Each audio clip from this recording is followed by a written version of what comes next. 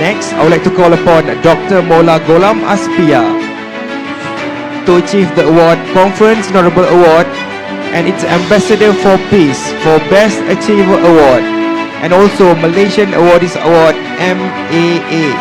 Please welcome to the stage Dr. Mola Golam Aspia.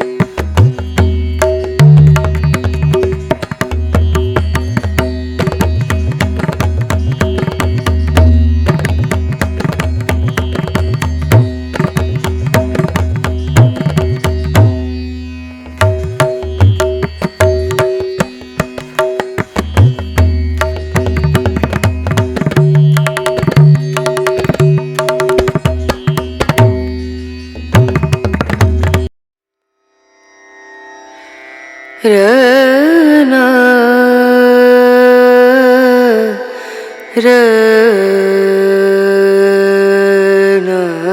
মানুষের পাশে মানুষের সাথে এই তার স্লোগান। জীবনের সঙ্গে মানবতাকে সামিল করে কয়েক বছর ধরে কাজ করে চলেছেন পূর্ব বর্ধমানের দক্ষিণ দামোদরের সমাজকর্মী মোল্লা গোলাম আসপিয়া নামের একটি মানুষ। যদিও এই নামে তিনি অচেনা, তাকে সবাই হাজি কুতুবুদ্দিন নামেই চেনেন। একেবারে অল্প বয়স থেকেই অসহায় পিছিয়ে পড়া মানুষের কাছে মানবিকতার পরশ জুগিয়ে ত্রাতা হিসেবে নীরবেই কাজ করে চলেছেন তিনি। না জাতপাতের ছোঁয়া তার এই কাজে কোনো ঘেরাটোপ আনতে পারেনি। মানুষের সঙ্গে আত্মিক সম্পর্ক তার, আর তারই সূত্র ধরে আন্তর্জাতিক পর্যায়ে 6টি সম্মাননা সম্প্রতি তার ঝুলিতে। জীবনে চলার পথে আরও বহু পুরস্কার, বহু সম্মান তাকে মানুষের দরবারে মহান করে তুলেছেন। অতি নরম মনের এই মানুষটির জন্ম দক্ষিণ দামোদরের পুরিহা গ্রামের এক সম্ভ্রান্ত জমিদার পরিবারে, কিন্তু বংশের আভিজাত্য যদিও তার চরিত্রে ছাপ ফেলেনি, বরঞ্চ মাটির কাছাকাছি থাকা একেবারে গ্রাম বাংলার অতি সাধারণ মানুষের সেবায় কাজ করে চলেছেন তিনি। এই মুহূর্তে 15টি প্রতিষ্ঠানের উচ্চ পর্যায়ের পদে তিনি আসীন, যে প্রতিষ্ঠানগুলি অব্যবসায়িক হিসাবে শিক্ষা, স্বাস্থ্য, সংস্কৃতি ও মানবতার এবং সামাজিকভাবে কাজে যুক্ত। আর তার জীবনে গড়ে ওঠা নানা স্বর্ণ সময় তাকে সমাজে নানাভাবে উচ্চ শিখরে পৌঁছে দিয়েছে। শিক্ষায় প্রথম স্থান পাওয়া সেদিনের সেই ছাত্রটি ভালো আবৃত্তিকার, ক্রীড়াক্ষেত্রে সফলতা, সংস্কৃতি মনস্কতা, সম্প্রীতি রক্ষায় আজও সর্বজন বিদিত। ভালো সংগঠক, বাংলা ভাষায় দিকপাল হাজি কুতুবুদ্দিনের পরিচয় তাই সমাজে পৃথকভাবে দেওয়ার নয়, তবে সবার আগে তার মানবতা। বছরের পর বছর অসহায় অতি দরিদ্র পরিবারের পাশে থেকে তাদের মুখে অন্ন তুলে দেওয়া কাজকর্ম মানুষের জন্য করেন, এবং সম্প্রতি তিনি বিদেশে গিয়ে 6টি পুরস্কার পেয়েছেন এবং সম্মাননা পেয়েছেন। আপনি তাকে কতটুকু জানেন এবং সে সম্পর্কে আপনার একটু বক্তব্য চাইছি। হ্যাঁ, হাজি কুতুবুদ্দিন সাহেবকে অত্যন্ত কাছ থেকে দেখেছি এবং ওনার যে কর্মকাণ্ড সত্যিই প্রশংসনীয়। ওনার কর্মকাণ্ড উনি যেভাবে সমাজের জন্য করেন, কোনো ব্যক্তি নয়, কোনো সমাজের জন্য উনি যেভাবে করেন আমরা দেখেছি, সত্যিই অভিভূত। এবং এই সব কাজ করতে গেলে দেখবেন এক শ্রেণীর মানুষ আছে বহু বদনাম, বহু দুর্নাম, বহু কিছু বলে, কিন্তু আদতে তারা যদি কাছে আসে তাহলে এই কথাটা কিন্তু এই সব মানুষদের জন্য বলবে না। কারণ এই মানুষটা আমি দেখেছি উনি একটা আমাদের ধর্মীয় মাদ্রাসা চালান, সেই সঙ্গে একটা মিশন চালান, যে মিশনে রেজাল্ট অত্যন্ত ভালো হয়। এবং শুধু তাই নয়, ওই মিশনে দেখবেন এমন কিছু বাচ্চা পড়াশোনা করে যাদের কেউ নেই, যারা হচ্ছে আপনার এক কথায় বলতে গেলে যারা অনাথ, তাদের কেউ নাই, তাদের খাওয়া দাওয়া, জামা কাপড় সহ তাদের পড়াশোনার ভার নেন এবং তারা পড়াশোনা করে সমাজে শিক্ষিত হয়ে তারা নিজেদের জীবিকার জন্য কিন্তু অনেকটাই কাজে লাগছে। প্রকৃতির দুর্যোগের সময় এই আমফান বলুন, ইয়াস বলুন, এইসব বিভিন্ন ঝড়ে, তারপর নেপালে আমার মনে আছে নেপালে ভূমিকম্পতে যে মানে অনেক ক্ষয়ক্ষতি হয়েছিল, সেখানে পর্যন্ত উনি প্রাণ নিয়ে গেছেন। তাই এই মানুষটাকে আমি বলবো যে সম্মান পেয়েছেন, সম্মাননা পেয়েছেন বা আন্তর্জাতিক যেভাবে সম্মানিত হয়েছেন তিনি, আমি বলবো যোগ্য ব্যক্তিকেই সম্মান তারা করেছেন, সম্মান দিয়েছেন। মাঝে মাঝে মনে হয় যে এত বড় প্রতিষ্ঠান একটা চালান, উত্তরসূরি কই, উত্তরসূরি উনি যদি ভালোভাবে তৈরি করে যান আমার মনে হয় খুব ভালো হয়। কারণ সাধারণ অনেক গরিব মানুষ উপকৃত হন তাদের সন্তানদেরকে পড়াশোনা করাবার জন্যে, অনেক ভালো ভালো সামাজিক শিক্ষায় শিক্ষিত হন এইখানে। মানে শ্রীবৃদ্ধি কামনা করব যে তিনি আরও দীর্ঘায়ু হন এবং ভালো একটা উত্তরসূরি যদি তৈরি করে যান তাহলে সব থেকে সমাজ আরও বেশি উপকৃত হবে।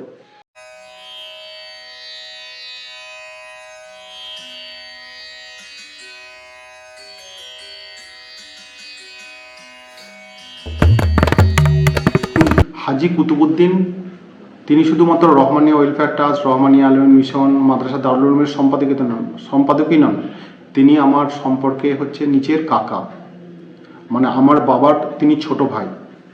আমি খুব ছোটবেলা থেকে তাকে দেখেছি। আমি যখন খুব ছোট ছিলাম তখন মাকে জিজ্ঞাসা করতাম যে মা, এত রাত হলো, এই মোটরসাইকেল আওয়াজ কিসের? তিনি বলতেন যে দেখ, তোর কাকা হয়তো কোনো রোগী নিয়ে বর্ধমানে যাচ্ছে। জমিদারের পুত্র ছিলেন, কনিষ্ঠ পুত্র ছিলেন। আমার দাদুর নাম ছিলেন আহমেদ হোসেন, তিনি এই এলাকার জমিদার ছিলেন। তার 700 বিঘে সম্পত্তি ছিল। সোনার চামচ মুখে দিয়ে তিনি জন্মগ্রহণ করেছিলেন। কিন্তু ছোট্টবেলা থেকেই তার একটা মানুষের প্রতি, মানুষের পাশে থাকার যে প্রবণতা, সেই প্রবণতা তাকে অনেক উচ্চ জায়গায় পৌঁছে দিয়েছে।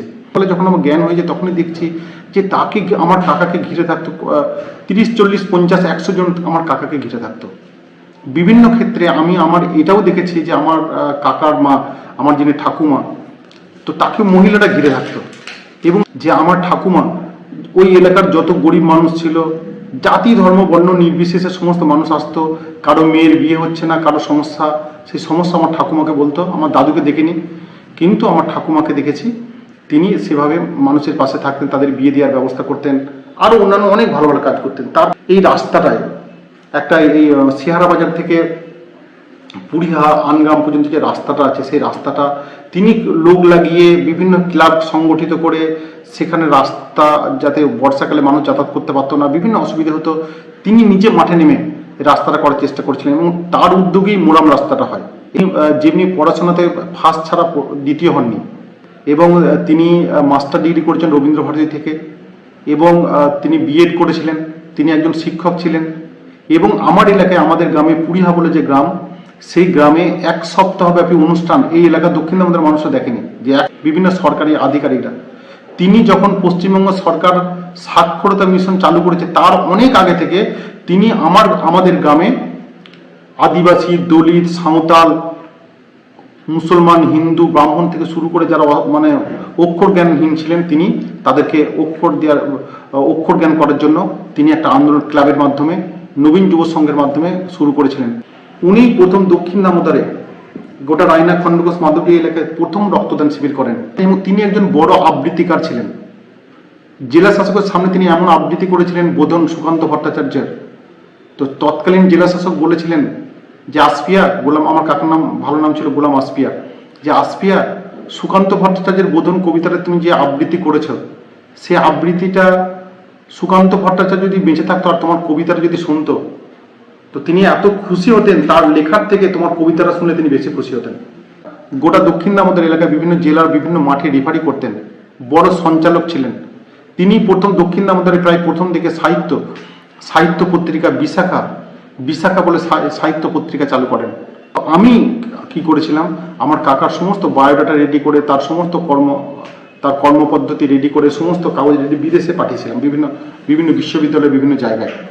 তো সেই হিসাবে জাম্বিয়া, নাইজেরিয়া এবং মালয়েশিয়া থেকে তিনি সম্মানিত হয়েছেন। 2টো পিএইচডি ডিগ্রি, সাম্মানিক সোশ্যাল ওয়ার্কের জন্য, শিক্ষার জন্য তিনি পিএইচডি ডিগ্রি পেয়েছেন, এবং সোশ্যাল ওয়ার্কের জন্য শান্তির দূত হিসাবে সম্মানিত হয়েছেন। আরও অনেকগুলো পুরস্কার, তিনি 6টা পুরস্কার এই মুহূর্তে মালয়েশিয়ার মালয়েশিয়ার একটা রাজ্য জোহর, যেটা সিঙ্গাপুর সংলগ্ন জোহর রাজ্যেতে, তাকে সম্মানিত করা হয়।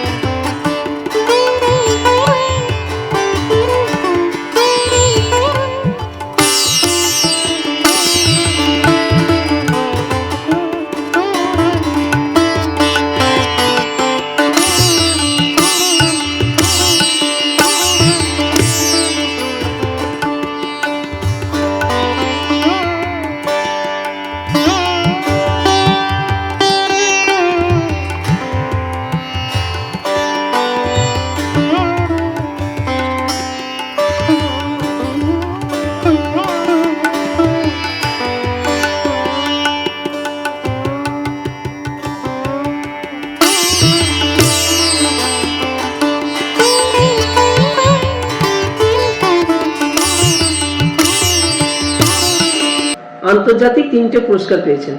আমরা যেটুকু জানি যে আপনি মানবিক এবং সামাজিক কাজ করার জন্য এই দেশগুলো থেকে পুরস্কার পেয়েছেন। আপনি অতি পরিচিত এবং সমাজসেবা এবং মানবিক কাজে কাজকর্মের সঙ্গে যুক্ত আছেন, আমরা আপনাকে জানি।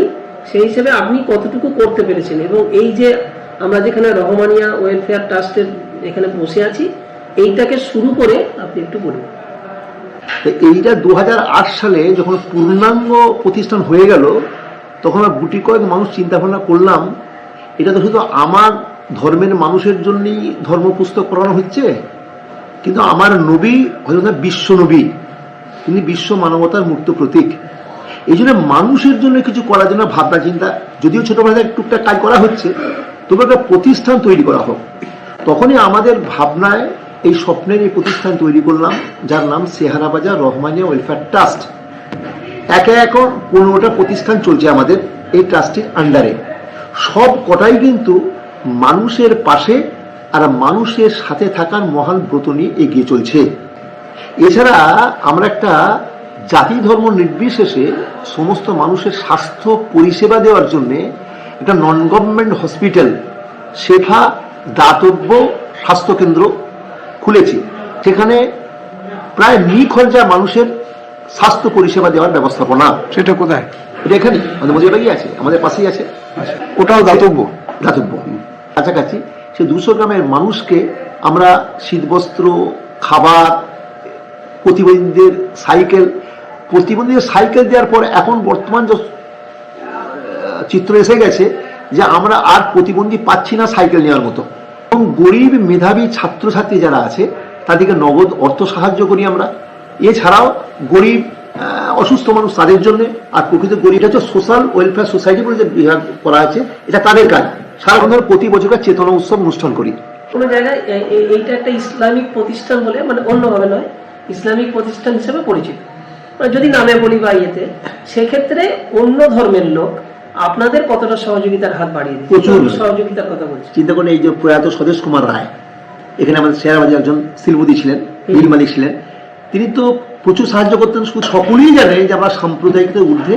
আমাদের এখানে যে এই যে ঈদ বস্ত্র, মানে ঈদ তো মুসলমানদের অনুষ্ঠান, সেখানে কিন্তু বেশিরভাগ যে ধুতি শাড়িগুলো দেওয়া হয় সেটা কিন্তু অমুসলিমদেরকে।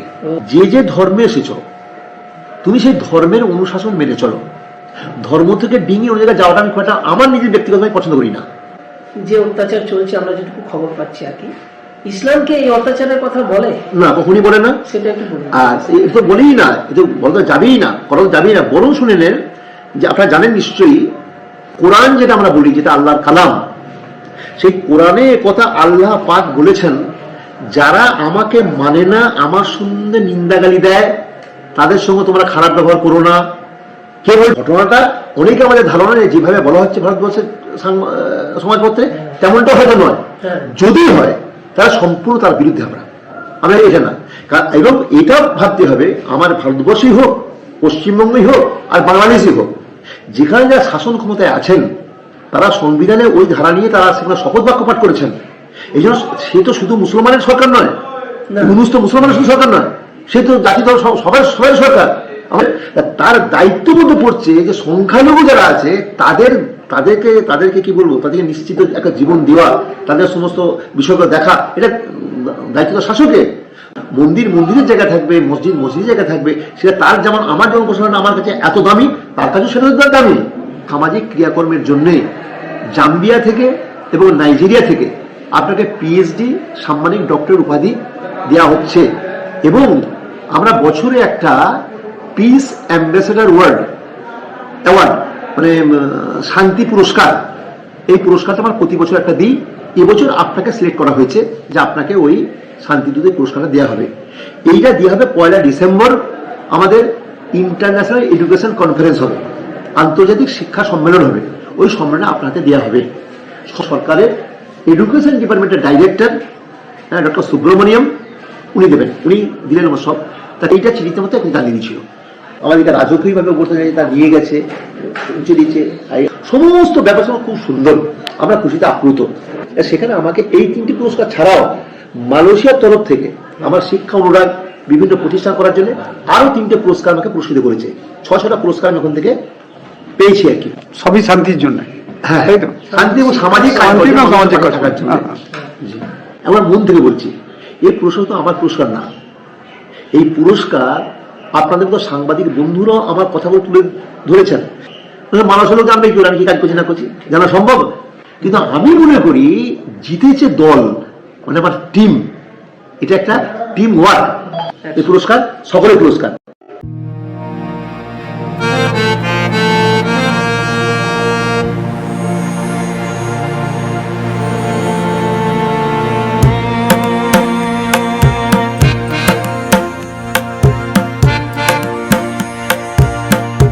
Dr. Sekul Subramaniam as IPHREC, Director of Education and Chairman for Global National Open University, officially with the power of the Senate in me to appoint and confirm Dr.